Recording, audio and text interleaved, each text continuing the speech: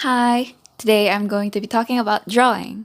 Kinda obvious since this video literally started with an illustration. Well, I always draw in my free time since I find it fun. So for you aliens that didn't come from Earth, drawing, according to Google, is a picture or diagram made with a pencil, pen, or crayon rather than paint. Or a gambling. So basically, you get a pencil, crayon, color pencil, pastel. It's I guess in drawing it's more like those kind of pencils instead of paint because painting is another thing from drawing. I think. So you get a pencil, crayon, color pencil, pastel, or everything, uh, and basically you just draw an image like for example an apple, a cup, your favorite anime character, your Luna bias, or your so yeah, basically drawing is making an image with your own hands with drawing tools, and it is usually done on paper, and we probably have done it at least once in our life, either as a child or for assignments. So I too, an avid drawing enjoyer, wonder what, why, when, where, and how did drawing start and come from?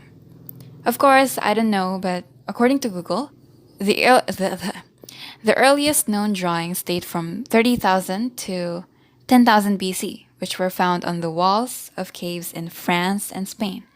I wonder what they drew. Oh, well, since the website needs a subscription to be viewed, we've got no choice.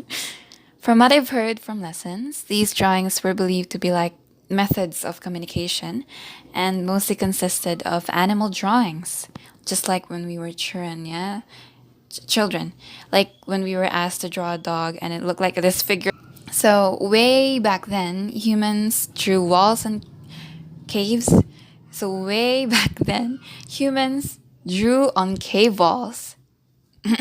So way back then, humans drew. Okay, so way back then, humans drew on cave walls. So it first appeared as a means of communication, and as time passed, turned into a platform in which people can express their talents, emotions, and artistic beliefs and expression, or a rather simple recreational activity, which some people find comfort and relax with. There isn't really there isn't really super specific words that can say how drawing is done, as it is executed differently for each person. At least as for me, let's say for example, I just finished a class in which I exhausted all of my brain cells. I draw to cool off, since my brain overheated. I usually do it. I usually do it on laptop with a tablet, and so it's just perfect after attending a meet on the laptop. So after feeling exhausted, I can relax by drawing while listening to music, and I can stop just in time whenever the laptop runs out of charge. I either start a new drawing or continue working on or short for work in progress. Yes, work in progress drawings. It means that I haven't finished it yet. I have a lot of those. Yes. I sometimes get in the mood for drawing on paper instead of digitally, so I just grab my sketch pad and pencil and get into drawing. Although I only do it if I have like free time after some schoolworks maybe.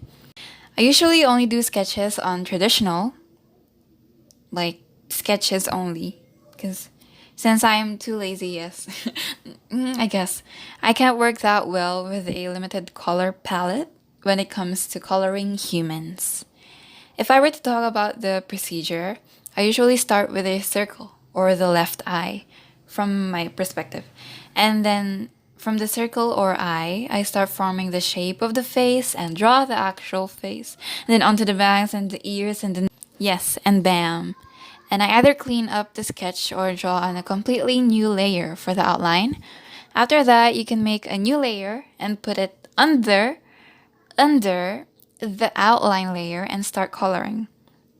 Well, that's at least the basics in digital drawing, but the untraditional is much more simpler, but more difficult if I were to say so myself.